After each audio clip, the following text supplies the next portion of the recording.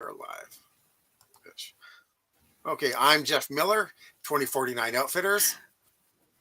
I'm Pam Hoffman, Everyday Spacer. At Everyday Spacer, we show regular folks how to personally and directly participate in space exploration, science, and astronomy. We're here on Friday nights at 9 p.m. Pacific Time, 12 midnight Eastern Time, and 3 p.m. on Saturday in Queensland, Australia.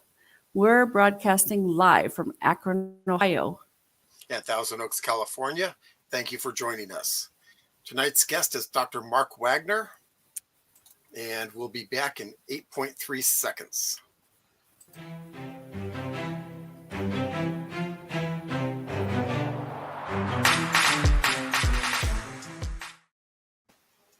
Okay, help us welcome our guest, Dr. Mark Wagner.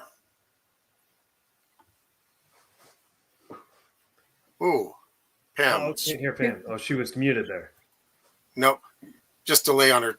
Okay, I'll read it off because we're having trouble with her mic. Mark is the CEO and co-founder of Aries Learning, which prepares students with the skill sets and mindsets they need to be successful in the growing space economy. He also serves as president of the Space Prize Foundation, which we've been promoting on our show a bunch because it's something that people can get involved in. And he's the associate editor of the Journal of Space Philosophy, which I want to hear more about later on. Dr. Wagner is also an author. Mark, you're involved in so many things. What's your main focus right now? Well, that's a good way to put it. My main focus right now is Aries, being the Academy for the Relentless Exploration of Space. In August, we got into the New Chip Accelerator. So it's a startup accelerator, which tries to take founders and their new companies and accelerate them, of course, in the direction of venture capital and getting funding for the next stage of their business. So we're right now raising a seed fund so that we can open our first face-to-face campus next year and scale quickly from that point. Okay. And looks like Dawn is here. Hello. Okay. And what more? You set them up to get venture capital. Do you help them develop management structure, or what do you? So this is a little meta because right now Aries is in an accelerator because it's a startup. But Aries is a school, and part of the concept behind the school is, well, I'll explain it in 4 parts. One is we've learned, particularly through COVID, you don't need 6 hours a day in a chair sitting and regurgitating content to get through the core curriculum. Like, you can do that in about 2 hours a day if you have access to the right technology and the right support. So that's the beginning of our program is we're doing all that with a blended learning platform with tutorial support available. Kids can just crank right through the core curriculum at their own pace. Then what do you do with the rest of the day? You do something much more meaningful. So we have what we call our Launchpad experience, and it's exposure to multiple disciplines. We say it's everything from anthropology to astrophysics, but all the courses we wished we had before we were at college or in grad school that high school kids are perfectly capable of grasping. And that's like a shot in the arm to their creativity and their problem solving, because the second part of the week, we have them in the Moonshot Lab where we ask them, what problem do you want to solve? You have all the resources of us and the school at your disposal. And it's amazing. Kids really do come up with fantastic solutions like they do during the Google Science Fair, for example. Kids in the Moonshot Lab, when we piloted this in Hawaii, really did launch companies and nonprofits and put water quality sensors in the ocean and drop emergency equipment into high surf with drones where you couldn't get with jet skis. Really, really innovative stuff, but very context dependent. So we're applying those methods now to space education and preparing kids for the growing space economy and for humanity's rapidly approaching multi-planet future. Now, the sort of fourth piece that made this all work as a potentially self-funding free private school is the idea that the best projects in the Moonshot Lab that might be monetized are brought into a student accelerator where kids learn to launch and lead their own companies. and pursue venture capital funding to get their enterprises off the ground. So it's essentially preparing kids for the growing space economy through hands-on entrepreneurial education. Wow. Yeah. Sounds amazing. Yeah. Well, Because, it's very much putting into practice the ideals and ways of doing things that we've seen work in the most innovative schools all around the world. Because my co-founders and I, for the last 2 decades, worked in about 40 different countries with some of the most innovative schools on the planet. And they're all sort of happening in these pockets of innovation around the world. But being able to bring all that together to a single proof of concept campus right here in California, where anybody can come see it, is something we're excited about. Yeah. Is that in Irvine where you are, Mark? Yeah, and we had a space here in Irvine pre-COVID that we lost during COVID. So we're actually right now looking for the new space while we're raising the seed fund. Oh, okay. Very cool. Yeah. Yeah. Oh, okay. And we have some people came in. Cliff from Hey, Australia. Cliff. Yeah, hey, Cliff. And Daniel from Thousand Oaks, also like 4 blocks away. Yeah. Daniel, we love the name, the Academy for the Relentless Exploration of Space, and we love that Aries is also, of course, the Greek name for Mars, the Roman name for the god of war, is the sort of unfortunate connotation, but we're looking forward to the red planet and to humanity's rapidly approaching multi-planet future. So. We are exploring other opportunities because maybe the school shouldn't be named after the god of war, but this idea of relentlessly exploring space and having our eyes not on the next moonshot, but on that multi-planet future and on the red planet in particular is a big part of our focus. Yeah. I would suggest Diana. Artemis certainly comes to mind as well, but. And at some point, I got to replace the Apollo jacket here with an Artemis jacket or supplement it, I guess. But okay. And welcome back, Anthony. Yep. Good evening. Haven't been able to tune in for a few weeks, but glad to be back. Yep. Well, I think you picked a good time to be back, Anthony. Yeah. Yeah. If I do say so myself. Awesome. But, one of the things, because I used to be involved in funding for new businesses. And one of the things that the kids need to learn is management structure. I mean, they have to be able to do a P&L, more than 3 lines. And they need a management team. I mean, you can be a PhD in just about anything, but unless you have a manager there, Well, I suppose the first step in that is recognizing you can't do everything yourself, and that you need to have a team of complementary experts, whoever you are. And you're also right. I actually learned this from my wife's uncle, who's a chiropractor. Sort of earlier in my career, when I was an educator, a teacher, kind of moving into a more entrepreneurial direction, and he's like, they say you learn your craft and then you learn business. Yes. And we're definitely talking about accelerating that experience for kids, because our traditional education system is not built typically to encourage kids to be entrepreneurs. Nope. It's built to create employees, and it's built on this very industrial age model, if not medieval, because really sitting in rows and having knowledge poured into your head that you regurgitate on the page is really monks copying the Bible in the Middle Ages. It's how far back that goes. Well, it's designed to make good soldiers. Yeah, good employees and soldiers. It's the Prussian model. Did you flash Scott's today? Oh no, okay. Anthony said that he agrees. Cliff, I think, was for a suggestion for the school. Yeah. Cliff, that was one of our initial inspirations, actually. It was 2019 and early 2020, actually. We were starting to look at what's next for us and starting to think about space education and starting to take all these ideas for a school and wrap them into a school focused on space. And our initial idea is we want to make Starfleet Academy real. And now, of course, there's so many people that have said that. And of course, Paramount has a trademark on it, so you can't use that Mm. name. Right, But we bought a bunch of URLs with it in it, and that was one of our driving visions. Was if you think about now, we already do have a Starfleet Academy to some degree at the Aerospace or at the Air Force Academy, where now, of course, they graduate Guardians into the Space Force.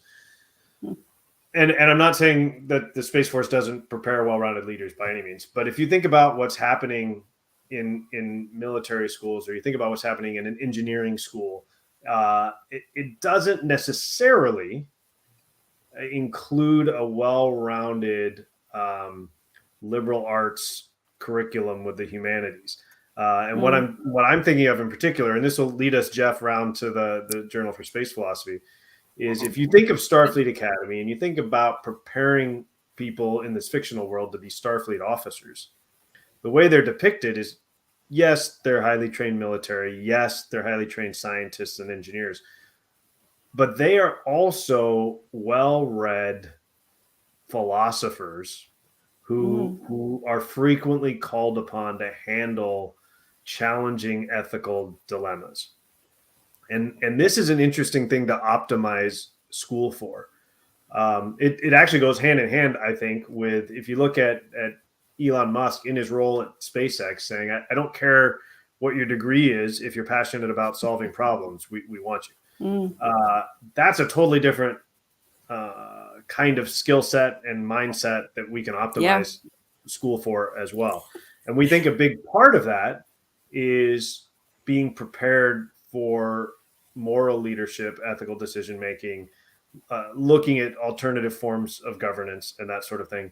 And interestingly, the guy, Josh Don, the teacher who ran the school for Elon's kids at SpaceX for several years, agreed. And he ran a system of scenarios, relatively open-ended scenarios, challenges for the kids that required them to synthesize information from different disciplines and come up with their own solutions to problems. Those scenarios typically had an ethical dilemma embedded in them, so that he was preparing those kids not just for solving engineering problems, but dealing with the ethical implications of them. Because certainly SpaceX is dealing with ethical implications of their technology. We know Tesla is with self-driving cars and so forth, and whether you're talking Earth observation technologies or encrypted communications that governments can't block, like all of these things have massive ramifications in every industry, but ethical dimensions to them as well. So we took that idea of Starfleet Academy and what do you have to do to prepare people to be Starfleet officers like we see in. You need a gardener. Well, yeah. You need a gardener for sure. Yeah. You need a lot of things, and you need to graduate people who know their philosophy. Yeah. Oh, interesting. Okay. Yeah. And we got Scott. Welcome, Scott. And I think he's commenting about when you were talking about swapping out jackets. Actually, hopefully I can add a lot of them. That's a good idea. This has all the Apollo missions on the back. Oh wow. Cool. Small patches, but if I can get sort of similar Artemis patches, that's a great idea. Yeah, and Cliff just causing more trouble with, as usual, Stargate Academy. Yeah, we're probably dealing with more. It's interesting because everything we come up with is either trademarked, right, or already taken, or not very good. But it's an interesting thing dealing with this. Cliff, that's a great question. You probably know this, but one thing I always like to mention to people is that Mars has already declared its independence via Starlink end user agreements. At one point, at any rate, a couple of years ago, if you looked at the Starlink end user agreement, it said that if there's any legal issues on the moon, because they're, of course, planning to put a constellation around the moon too, that'll be resolved using California law. If there are any legal complications on Mars, because of course you're going to put a constellation on Mars too, because they want to put 1 million people there. That will be resolved in a way chosen by the Martians. Interesting. It's already there. Very. So they've sort of preemptively declared a degree of autonomy for whoever does rule there. And then a funny bit of science fiction trivia. I'm going to forget the name of the book, but there was we might know. The book, you might know, there was a book around the turn of the century or around that time, 100 years ago ish, in which the ruler of Mars was the Elon. Oh, Wow. yes. Yeah, and it's Yes. literally spelled like Elon Musk's name, which is really funny. But I wonder if his Yeah, folks man. named him because of that book. boy, if they did, that was really deterministic. I have no idea what like the etymology of that name, though. I have no idea. Yeah. Well, I'm the trying to Space think, 'cause Frontier I know what you're Foundation, talking about. Yeah.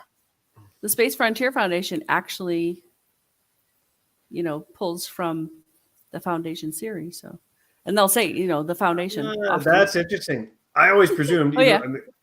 I know it's quite old, but I had initially presumed that it was modeled after the Electronic Frontiers Foundation, which is like a very successful electronic privacy related foundation.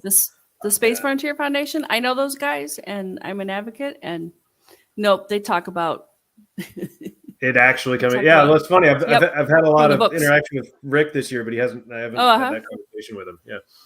Yeah, this goes back to the 90s. So, yeah. Well, I think before that, right? Yeah. So, yeah. Okay. So he's talking about Mars. So who's first will be the boss? Well, maybe. Yeah. Somebody might take the Microsoft approach at some point, right? Do it bigger and Let better. someone else do all the work and then take the credit. Mm. New person. Yeah. Oh, Who will go to Mars for 2023 with a one-way ticket? That does seem to come up from time to time, and there's been no shortage of volunteers. Yeah. yeah. Man, that's a very one-way ticket, I think. This might be an Given the interesting radiation. direction to take this. I had the opportunity to write a paper about what the first school on Mars might look like. So Aries, we're looking to like preparing kids for the next 10 years, right? If you think about today's second graders, they're going to graduate into a world where we've returned to the moon for a permanent presence, and we've got perhaps the first people on Mars, and we've got multiple commercial space stations. That's an exciting world. But if you start thinking, if we're going to have a settlement on Mars, and it's going to be a multi-generational settlement at some point, we're going to want to have kids there. There's a whole bunch of problems and issues that need to be sorted. One of them is, how do we educate kids on Mars? And as soon as I started thinking through that, there's a lot of kind of unintended consequences of very simple challenges. You can have radiation and gravity and the atmosphere, all these same challenges you think of in ordinary stories about Mars. But if you start thinking about educating kids, everybody's first reaction is something similar to like, oh, we'll do what we did during COVID. They're going to do distance learning. Well, that's not really going to work when the internet is 20 to 40, 6 to 45 minutes away, right? If you've got a 45, 46-minute delay when you type in a search to Google, and then 46 minutes later, you get your results and you got to click on one, and 46 minutes later, there's no, like, some local caching could probably help that, but you're going to need either significant local resources, or you're going to need something much, much more like a correspondence course. Yeah, even a few seconds feels tremendously long. Yeah. If you think about, interestingly, after that paper, I wrote 3 in partnership with the Moon Village Association around what would school look like on the moon, and it's much better. Because we could basically do this as long as we had some communication norms. There's only a couple second delay, Yeah. But what you can't do is this idea that, like, oh, kids are going to be stuck inside all the time. They're going to do VR. It's like, well, unless we have some major jumps in VR, guess what? Our sort of commercial VR today is typically talking to Facebook servers or Meta servers now, and even with a 2.5 second delay, that's not going to work. Let alone a 17-minute, especially for a kid. Yeah. Well, they'll literally get sick. It's not going to work. Yeah. Daniel has an answer to. That was it. Yeah. Von Braun. Not quite as old as I thought, although that's 70 years ago now. Huh? Yeah. And then, just as long as we're going through stuff, Scott says Project Mars, a technical tale, was the name of the book. No, I think Daniel had it. Okay. And Cliff about who makes the rules. Well, yeah, pretty much. Or who has the gold? The gold rule. He who has the gold makes the rules. He who has the guns gets the gold. But Yeah. See, this is why we need to graduate space philosophers as much as engineers and scientists and entrepreneurs, for that matter. That's not the end all be all. I think we have to do better than Starfleet, because I think they would graduate people with rose-colored glasses permanently glued to their faces. Interesting. That's not the critique I thought you were going to say. I think it's safe to say that for the sake of story, we see Starfleet in a lot more conflict than we might aspire to. But I think that's, I don't know. I have a complex relationship with rose-colored glasses. Yeah. I think that's certainly a danger, but I think when people go in with with optimistic presumptions, things become possible that aren't otherwise, and the chances that you're going to accomplish your more aspirational goals go up, and things. Yeah, I think it's worth risking being wrong sometimes. Oh yeah. To open the doors that optimism opens. Right, but I think that it's worth knowing what the other possibilities are, so that you're not completely blindsided. Yeah, that's fair. That's I have become a fan, like everybody else, a fan of sort of classic Stoic philosophy over the course of the pandemic. There's a big emphasis on recognizing the things that are and are not in your control. And spending your time on the things that are in your control, mainly your attitude, right, and your response to things, and letting go of the other things.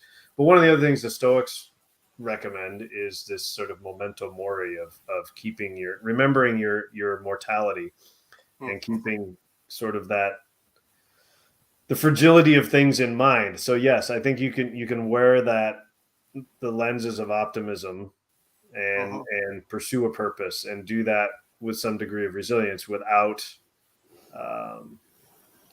being blind to the things that are outside your control, and the chances that things might not work out. I think it's being prepared. Yeah, I think it's easier to go about in an attitude of optimism if you've got a friend with a really big stick who's standing behind you. That's fair. I also think, for my 2 cents, if you're trying to push people, if you're trying to push kids, if you're trying to push the next direction in one direction or the other, the next generation in one direction or the other, they're going to be pessimistic just fine on their own. Yeah, true. Especially once they hit teenager. Yeah, the other direction, so that we can maybe open some of those doors. For my 2 cents. Yeah. Okay. But it bites me back from time to time. Yeah. Okay, so let's go through a bunch of these that have come up while we were talking. Yeah, the position of the Mars leader would, the Elon. Yeah. Well, he doesn't blow it. Yeah. Like Caesar was the Yeah. Cliff is talking about internet connection to the moon or Mars, and he's comparing it to or here. Yeah, it's going to be just like being in Australia. Yeah. Actually, it's actually kind of sobering or perspective bringing to think just how close Australia and California are in comparison to what we're talking about. Yeah. Like Australia seems so far away. It would take me 14 hours to fly there or something. But here we can communicate instantaneously. Damn we're literally on the same ship. Like, we're kind of in different rooms, and it would take this entire conversation. Oh, not right now. Mars is kind of close right now, but over the course of this entire conversation, we could answer maybe 10 questions. And what's if it was a nearest bad time of year, What's the closest? Like 7 minutes is the it's like 6 or 7 minutes. And if there was a bad time of year, it'd be more like 45, 46 minutes. Like And Daniel, the complete name of that book was Mars Project: A Technical Tale. And, there we go. And Jamie comes in. Well, wouldn't children be better served by conquering education issues here first? So Mm. I actually think that what we're talking about is doing exactly that. Yeah. Like I said, this is built from what we've seen in the most effective, innovative schools around the world, which is not most of our schools here in California, or probably where you're listening from, like where kids are sitting in rows and regurgitating information and taking tests. And even if they're using, because we did see an explosion in education technology over the last few years, and we were prepared for emergency distance learning, and kids are on Chromebooks and Google Classroom and Canva, you name it. But most of that still amounts to electronic worksheets. And what we're talking about is something much more meaningful. We've known for a good 100 years, and the DNA of our school, by the way, has an interesting link directly back to John Dewey's work, that learning works better in other ways. And in late 90s, when I was, in grad school for a teaching credential master's degree, what we've known for decades in research is not being implemented in schools. And that's not the way kids learn best. But the sort of constructivist approach where the kids have agency, we're focused on student agency, and they're the ones making, creating, doing, writing, editing, collaborating, publishing, etc. That's where it's really at, and that's why the Moonshot Lab, the problem solving, the hands-on entrepreneurial education is more important. And contests. We had a couple students, and they talked about these contests, and I mean, they were getting like $25,000 more. Holy mackerel! It's and that's only for very. That's obviously only going to ever work for a few kids, but you can scale what we're talking about. Like whole school systems can be built around these methods, and they don't have to be focused on space. Like the space element has some pragmatic, preparing kids for what's coming in the economy to it, and some more philosophical, preparing kids for our multi-planet future. But the other thing about space is right now, I'll pull out some statistics. Post-COVID, 40% of students in New York City public schools are chronically absent. 70% of teachers in LAUSD report burnout and a desire to leave the profession. So we definitely have a student engagement problem and a teacher retention problem, which is an engagement problem in schools today. And my co-founder Brennan likes to say we had this sort of moment where an emperor's clothes moment over COVID, where like kids realize like, oh, we don't have to go to school for 6 hours, like, and now you want me to go back? Like, we know we don't have to do that. Like, so we're in this point now. Like, how do we get everybody back? We're gonna have to get them back with something more meaningful. And Unisteller, the telescope company, released an independent study earlier this year of 2,500 U.S. students of various demographics. And 93% of U.S. students are excited about space. Incidentally, nearly as many teachers have no idea how to talk to them about space. So when it comes to Aries, is like, let's engage kids around space and use all these great open-ended methodologies to do it, which will serve them well, whatever they wind up doing. They don't need to be astronauts or engineers or space philosophers, whatever they or entrepreneurs, whatever they do. The skill sets and mindsets we're talking about will help, which will be interesting to dive into. But I think even in ordinary schools, being able to engage kids around space is not only preparing them for their future that they're going to graduate into, but it's exciting and give them a reason to show up and pay attention. Right? Totally exciting. Oh yeah, can you imagine? I want to go to school. I mean, a lot of kids start that way. Kindergarten. Oh, I can't wait to go to school, and then they get let down.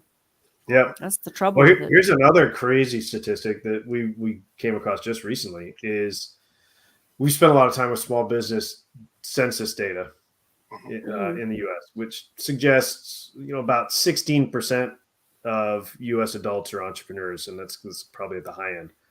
Wow. But how many eighth graders say they want to own their own business? 60%. Oh wow, 60. Well, that's great. So we're losing, if 60% of kids want to own their own business and 4 years later it's 16, that's a lot of potential left on the table. Yeah. You talk about school drumming kids' creativity out of them. Like that's sort of Yeah. the last whack of the hammer is, oh, by the way, don't try to do your own thing. Right.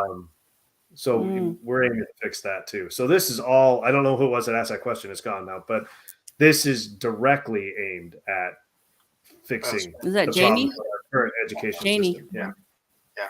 Okay, and we've got a couple more. Cliff again. You'd have to wear some kind of glasses. Is the weird atmosphere on Mars? I don't think so. I don't think that there's any kind of weird atmosphere. There's very little atmosphere on Mars, but their day is almost exactly 24 hours. Almost, also.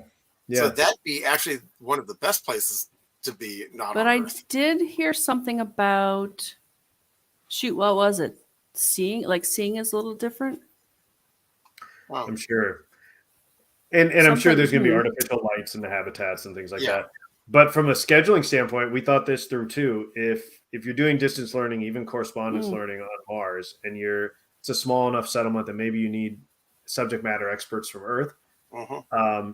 Let's say you start out on the first day of class and you're synced up with a subject matter expert in the right time zone on Earth. And then that's going to be off by a few minutes every day. And it turns out about 2 weeks later, you're in the middle of the night for them. So it's no worse than like having a tutor in India or something, but it would never sync up. Like you'll be off by 2 weeks later, you're completely off, and then you're back. Yeah, you almost need to like download a huge amount of data and material that they have 6 weeks to work with, and then at some point they had a kind of a connection with someone, and if they have questions. You need a local cache, but I think at some point, at least when you have small settlements, you're going to need some kind of correspondence. Maybe you teach a local teacher, and then they do the teaching. A teacher on Mars? Yeah. Well, and there's certainly when there's enough population, but I think at first it's going to be a very frontier kind of situation. Yeah, what did they do in the frontiers? They would send for a teacher back east, and she would come and teach all the students in wherever they were. They just kept advancing at their own pace. One room. The Moodin Village Association has got concrete plans for the first settlement at Shackleton Crater at the South Pole of the Moon. And what they want to do is a 125 person settlement, and they envision it as a multi-generational settlement. So statistically, that's going to be 25 school-age kids, 20 to 25 school-age kids. If you have 20 to 25 school-age kids, that's like 1 or 2 kids a grade. So you're not going to have a second grade teacher, right? You're going to have, if there's a teacher, it's going to be that one-room schoolhouse teacher who's going to have to be a generalist. And by the way, he's going to have to use methods very like what we're talking about that are kind of open-ended and meeting kids where they are. And they're maybe they're doing their blended learning at their own pace, and then they've got their projects, and the teacher's working as more of a tutor and consultant kind of experience then. Well, great stuff to think through and try and, work with. Yeah. Because any kind of teaching that you do, Moon, Mars, wherever, it's going to have to be better than the frontier schools. I mean, I'm talking one-room schools, because quite frankly, all they were designed to do was teach kids how to be literate and be able to add up how many bales of hay they have. That sort of thing. Reading, writing, and different problems. Different problems for different. Very low threshold there. So might need a little bit more. But that's what they needed. That's what they needed back in that. So it's still very practical application of how to train up folks. So and maybe less education and more apprenticeship. But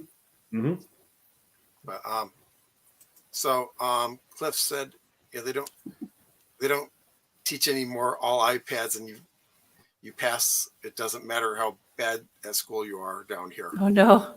Yeah, it's basically electronic worksheets, I think is what Cliff's talking about right then. Yeah. Well, maybe this is a good opportunity to share some other opportunities with you guys or other resources with you. Sure. Cool. So much of the work that I did over the past year was actually with a nonprofit called Space Prize Foundation, which Pam, you mentioned earlier. I don't know if we were already on air at that point. Space Prize is primarily focused on empowering young women to pursue STEAM education, which also includes the arts, and to explore careers in the growing space industry. So that was very much in alignment with what we've been talking about with Aries. But I had the opportunity with them to create a space education curriculum for high school students.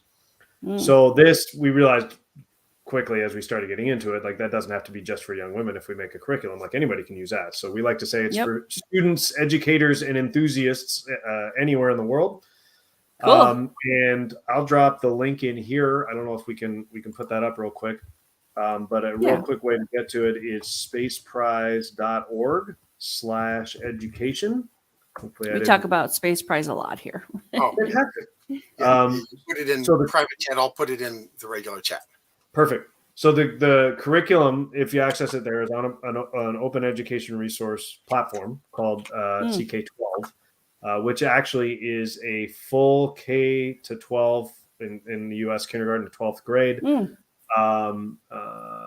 core curriculum. So that's your literature, your math, your science, etc., social studies, history, astronomy classes. There's some other stuff like photography in there. So we've written a space education course, and I exported the whole thing to PDF not long ago, and it was 550-page PDF. So it's a legit textbook. Wow. But literally thousands of links to places around the web, from National Geographic to NASA and JPL, and you name it. It links to all the material on explorer's mindset and moonshot thinking and design thinking and synthesis and resilience and reflection and all the things that we talk about when it comes to these methods that we apply to space education, and that we think kids will need those skill sets and mindsets to be successful in the space economy or whatever they decide to do.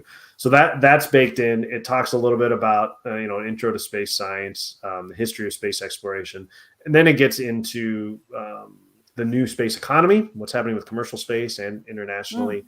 It gets into issues of space and sustainability, and then further ethical issues like alternative forms of governance and things like that. And it looks pretty far down the road and looks at escaping existential threats to humanity and perhaps aspiring to our higher goals of being shepherds of life through the solar system and elsewhere. So it's really quite an ambitious curriculum, and that's free to use anywhere, even in Australia. So I like to share that. And then this, it was in my email to you guys, but I'll see if I can dig it up real quick. There's also a spreadsheet, much less formal, that we pulled together that has about 80 space education resources in it.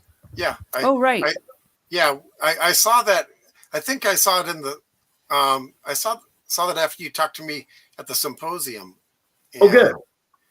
Yeah, I think we probably shared it there too, and I think I just found the live one. How do you qualify for that, Mark?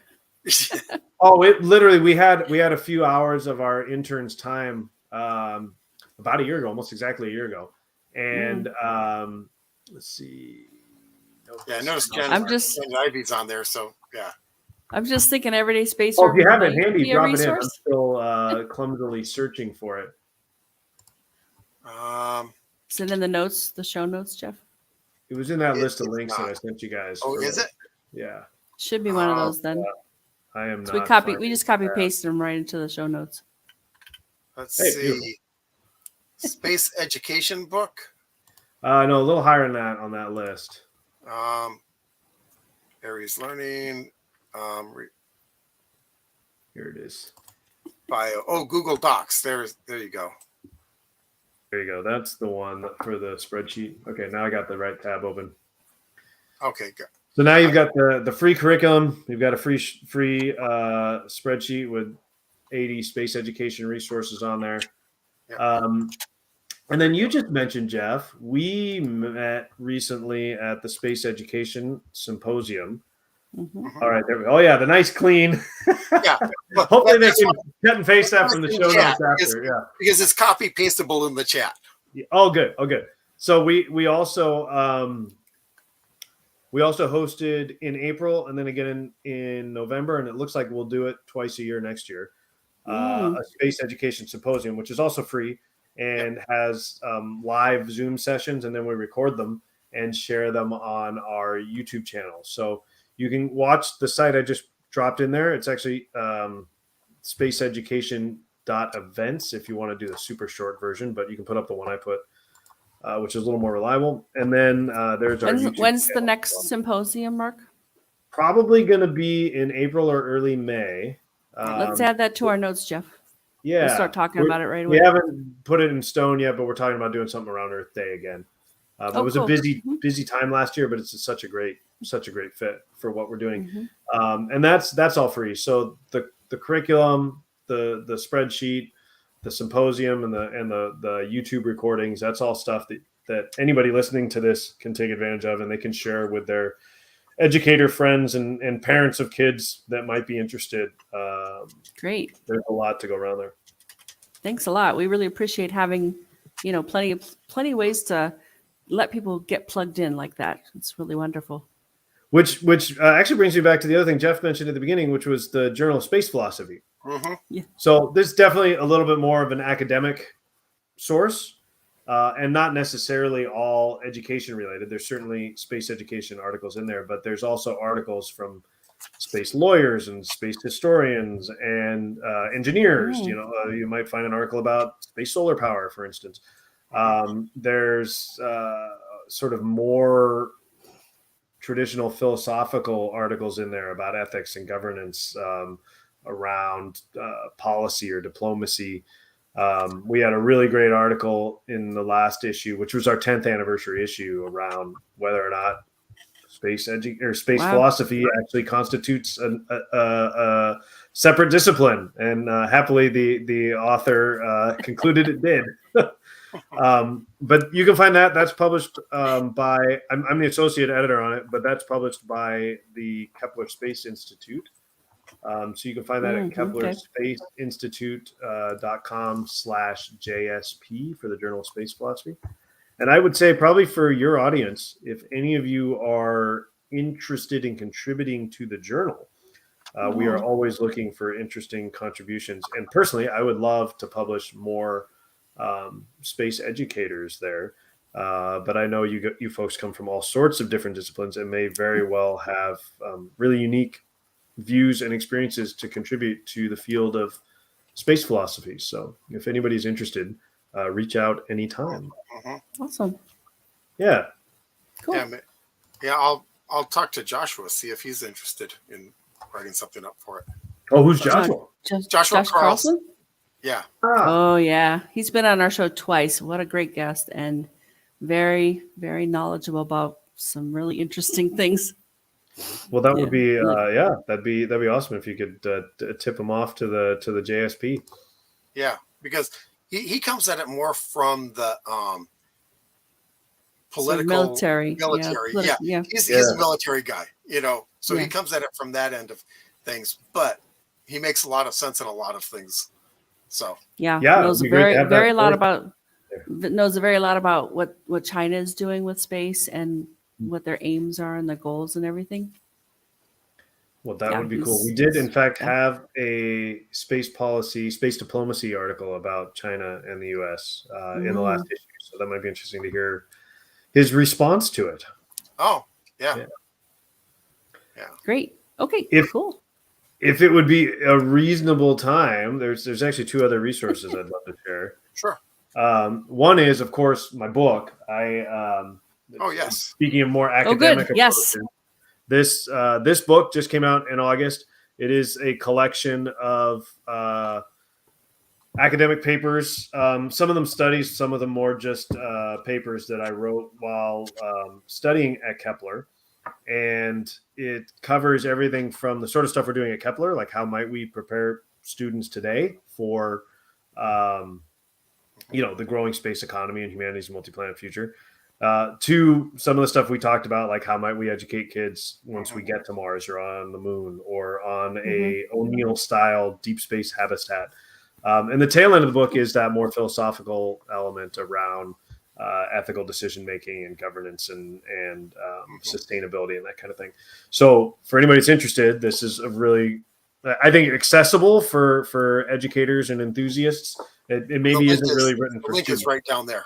Yeah, awesome. That's perfect. And it's also in the chat because that's a little bit long to type. So it is. Yeah. If you just Google space education, Mark Wagner, you'll probably find it also. But that's You can grab that on Kindle or paperback on Amazon. And as of today, I'm actually offering a course based on the book and the curriculum through Kepler Space Institute, which you can access here. That one was not in the email. It wasn't live yet when I emailed you guys. But as of today, you can actually sign up for it. The first cohort will begin on January 16th or the week of January 16th and run for 6 weeks. So it's a 6-week course. We meet 2 hours a week. There's a dozen units of study, roughly analogous to the 13 chapters in here. And you'll also, at the same time, go through the entire Space Prize curriculum. Wow, thanks for sharing. World premiere here. Yay. It is, yeah. You heard it first. The final project for that course is a research paper that could potentially be published in the JSP. So the idea is to have the scholars at Kepler have the opportunity to submit to the journal. Oh, I love and that. If it doesn't work in the journal, we can publish it on the Human Space Program blog or elsewhere. So everybody's making a contribution. Nice. Oh, wonderful. I love how it's getting easier and easier, and there's not necessarily a cost to it to really do cool space stuff. I mean, you could operate a remote telescopes, and it's like lots and lots of really cool stuff, and we keep learning this with you. Have you guys had anybody from Unisteller on the show? No. That might be really cool. We need one to. Of the things that Can you hook us up? Yeah. One of the things that blew my mind, just with brief exposure to them as a partner with Space Prize, is they make relatively accessibly priced smart telescopes. And one of the things that's interesting when you're selling consumer level telescopes that are networked, and you're selling them to thousands of people around the world, is all of a sudden you can do something with that network of telescopes that wasn't possible before for sort of backyard enthusiasts with a telescope, because a bunch of telescopes networked together are effectively one very large telescope. Yes. and so, for instance, when the DART mission happened just a couple months ago, many of Unistellar's users around the globe were pointed at DART, coordinated to point at DART. Some of them, of course, there's cloud cover or whatever, in the way. But a lot of them got pictures of the collision from a variety of different angles from all over the Earth, at different times of day. Wow. And they came up with some really spectacular imagery and data around that mission. And it was a real contribution to astronomy. So they have an opportunity to everyday people, right, have an opportunity to coordinate on global scale astronomy projects as amateurs, right? Yeah. Oh, got comment. Nice. It's true. I became interested in space and astronauts when I worked as a web developer and designer at 27, not at school. Yeah. We have we talk a lot about the entrepreneurial side. You see these headlines around teenagers unequivocally come up with fantastic inventions every year. And you see kids leaving school to launch, billion-dollar companies, but they're leaving school to do it.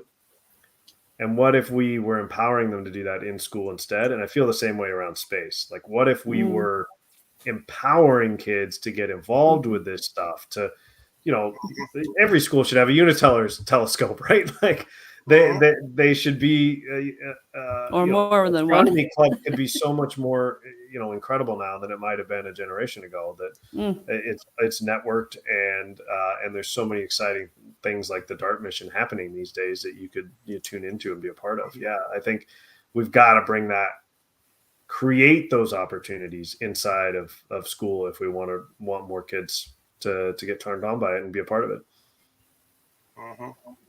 Wow, this has been great to hear what you're doing and all the things that impact everything else. So exciting. Thank you. Yeah. And you're right about like how easy it is today. I mean, what did I share? resources of ways you guys can get involved with for free Mhm. right now, and great for students and teachers, but great for enthusiasts too. Right. Yeah. There's more than that. I've written 300 articles about. Oh yeah, I Really mean, cool you guys space do stuff. this every week, right? Yeah. Yeah. But Yeah. from an educator's perspective, there's so much you can be involved in. Your You know about course- PongSat, Mark? That doesn't ring a bell, no. PongSat? Oh, we got to talk. Okay. Yeah, Jeff, Okay. you had some. Yeah. Just the class that you're going to be doing in January. What time of day is it? I am thinking about that. This might have been before we went on air, but the 4 p.m.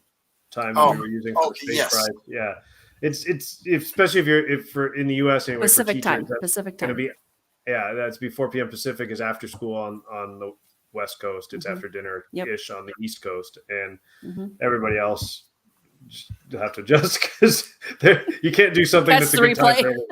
Yeah. Yeah. Okay. Yeah, I just didn't remember the context for when we were talking about those times. Yeah. Turns out it's 4 a.m. in Pakistan, and that works too. So. Yeah. Oh, okay. And Janie says, "Thank you for sharing this brilliant guest with." Oh, thanks, Janie. Is Jenny an educator, or perhaps she can respond? I guess. Yeah. I don't know, Janie. I know Janie. I've met her, but I don't know her background. Informal educator, perhaps. Huh? Yeah. And Yeah, Cliff, she'll tell us. I I can't seem to get any Artemis stuff down in Oz. Wanted a rocket and some patches to go with my other stuff. Any ideas? All out of stock. Off the top of my head, I don't, but I imagine you got to be able to buy that stuff online. Yeah, that's interesting. I guess you'd have to have someone who's willing to ship, or you'd have to basically have a buddy in the U.S. who's willing to ship it for you overseas. Yeah, and that's getting very expensive now too. I know. Yeah. But it is exciting that Australia is pointing themselves squarely in that direction now. There's a lot of great stuff happening in space in Australia. You know, the new space coast in Adelaide, right? Isn't that the idea? Yeah, we've heard a little bit about it, not very much. And we've tried to get the folks from Australia to, come into our show, but we have a lot of problems with the internet access doing this. I don't know. Yeah, it's very dicey. You've seen the minor glitches that Pam gets just coming from Ohio. It's really bad. Now, it didn't used to be when we first started doing this show. We could have two different guys from Australia on at the same time. Oh yeah, and Cliff was one of our first guests. Then Dave was as well. So yeah, it's changed. I don't know why. I don't know what's happened. Yeah. Huh. Yeah. And we did talk about One Giant Leap because they might be a great connection for you guys too.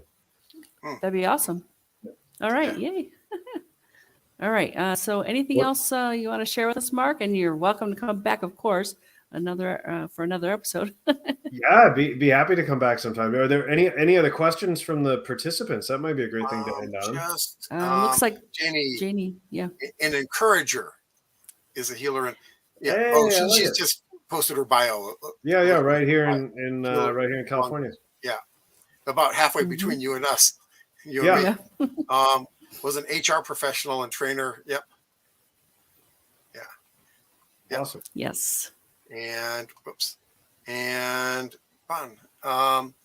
Read about Yuri Gagarin during COVID-19 from a public library.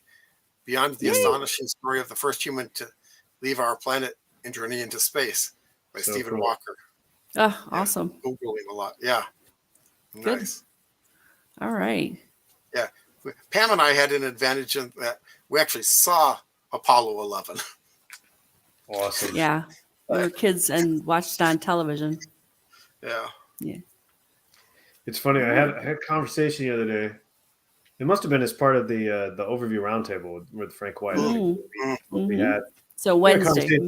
Led us down the direction of sort of these big shared moments, right? And so a lot of us were talking about 9/11, and people my age have largely lived through a pretty peaceful time, and 9/11 was the first time that was really challenged, and we had that sort of like an experience similar to the JFK assassination, where everybody remembers where they were when they found out what was going on that day.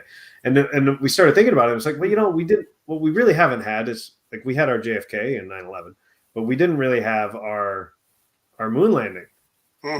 Like we haven't had that like big aspirational thing that brings everybody together, that the whole planet's watching together. I like to think maybe that's still ahead of us. I don't know that landing people again on the moon will be as big. Maybe with today's technologies, there'll be a bigger audience, and maybe we make the most of it. But maybe going to Mars, maybe this Dear Moon mission where there's 8 artists going, like that could be something different. I don't know. It's going to be interesting to see what if anything takes that place for this. I felt like go ahead, Jeff. What? Oh, I think the next moon landing will probably have a pretty good, because I'm remembering the first space shuttle flight, and everyone was paying attention to that too. That's true at first, eh? Yeah. I thought the return, of America to space was pretty significant. That was pretty fun, at least in space circles, for sure. We were all excited about Bob and Doug. But the kind of global one, like Apollo 11, would have been, No, we haven't quite done that, I don't think yet. Yeah, unfortunately, but the Chinese have landed on the moon again. I mean, not people, but not people. It would be more interesting when it's people. Yeah, for sure. Yeah, definitely. It'd be very interesting. Okay.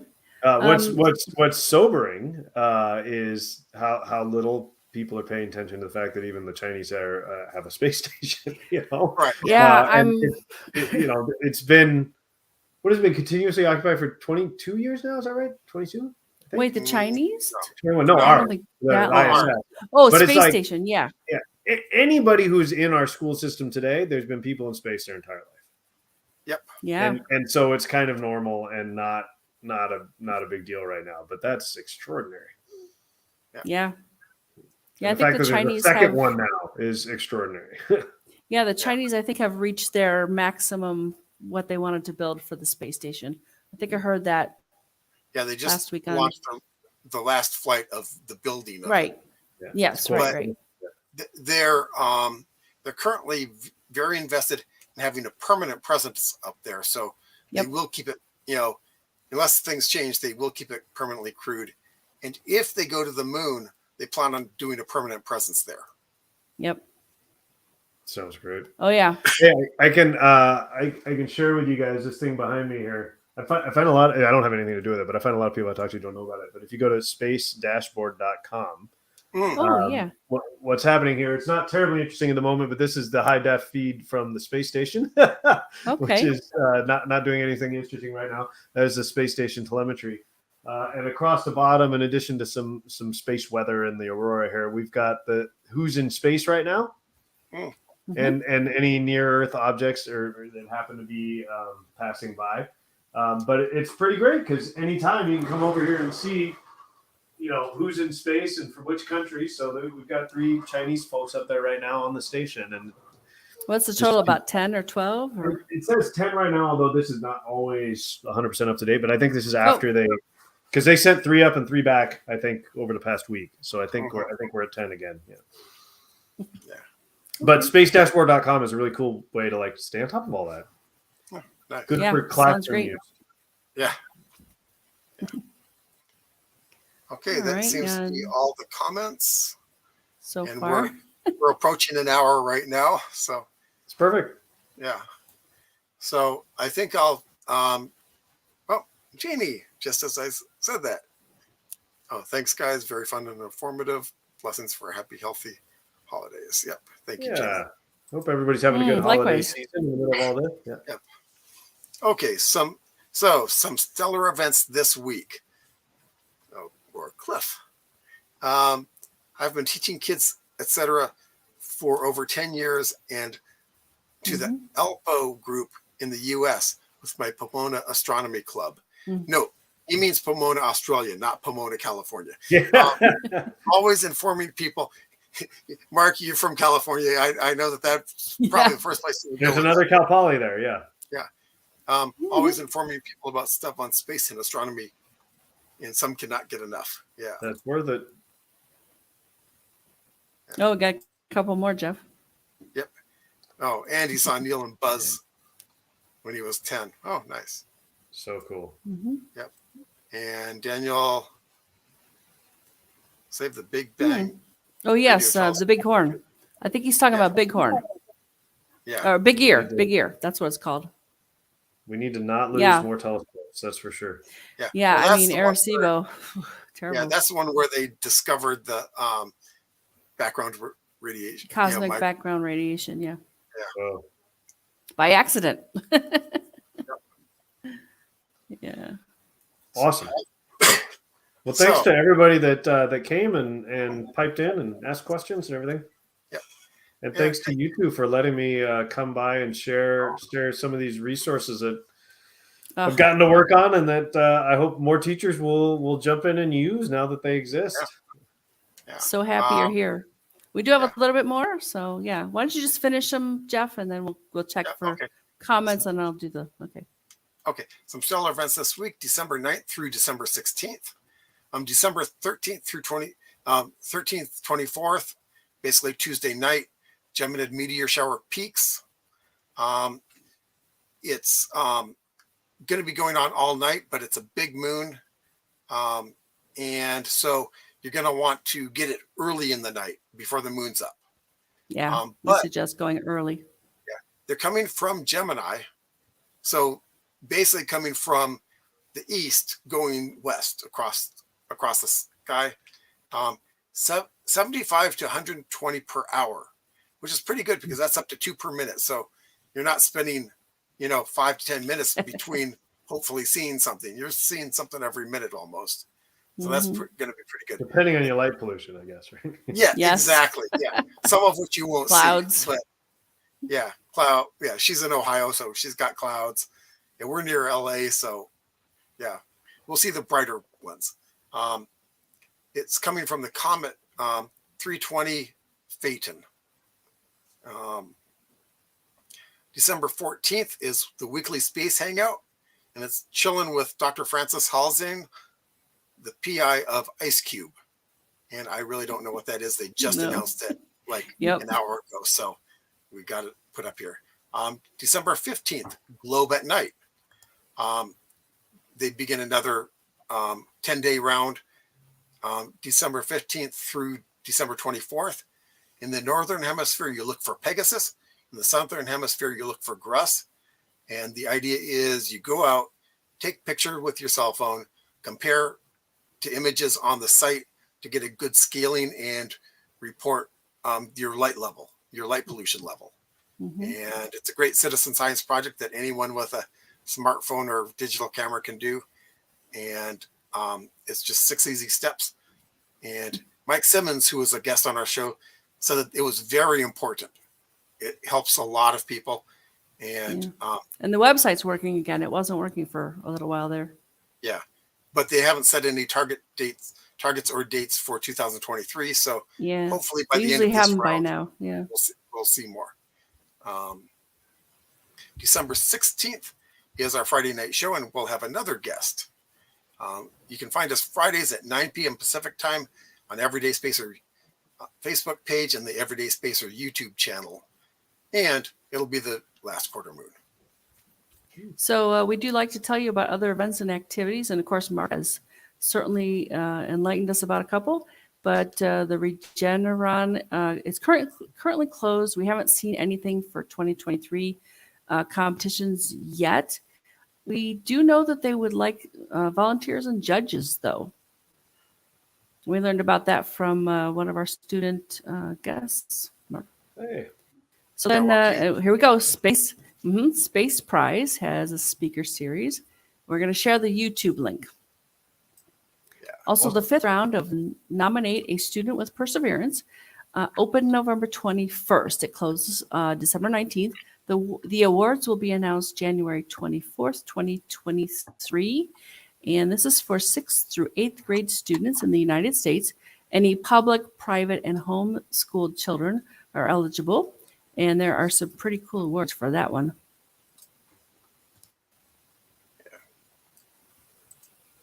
And hang on, there's the link for Perseverance. Thanks, Jeff. The YouTube link for the space prize in the chat.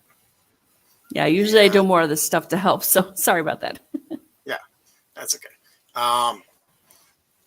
So if you or someone you know has done something interesting involving space exploration, science, or astronomy, we'd love to share our live.